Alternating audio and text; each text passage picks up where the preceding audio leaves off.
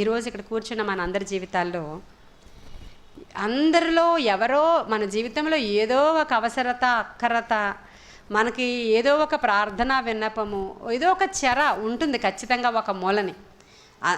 కొందరికి బాగా డబ్బులుంటే వాళ్ళకి శాంతి, సమాధానం, నెమ్మది వాళ్ళ ఇంట్లో ఉండదు, బిడ్డలు మాట వినరు, ఏవేవో జరగవు, అలా ఉంటుంది.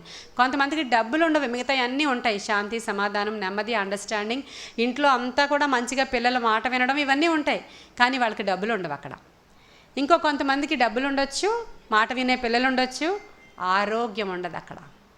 కొంతమందికి అన్నీ ఉంటాయి, మంచిగా ధూమ్ధామ్గా కొన్ని కోట్లు పెట్టి పెళ్లి చేస్తారు, వాళ్ళకి పిల్లలు ఉండరు అక్కడ. అన్యులే కాదు, మనమే కాదు, మానవుడిగా పుట్టిన ప్రతి ఒక్కడికి కూడా ఏదో ఒక అవసరత ఖచ్చితంగా ఉంటుంది. అయితే ఆ సమయంలో దేవుని దగ్గరికి వచ్చి ప్రార్థించినప్పుడు కొన్ని మనవులు దేవుడు అంగీకరిస్తాడు, కొన్ని మనవులు దేవుడు త్రోసి వేస్తాడు, కొన్ని మనవులు అంగీకరించకుండానే ఆ మానవులు చనిపోవడం అనేది జరుగుతుంది. కానీ ప్రభువు చెప్తాడు, నీవు నన్ను అడిగిన ఎడల, నీవు నా తట్టు తిరిగితే నేను నీ తట్టు తిరుగుతాను.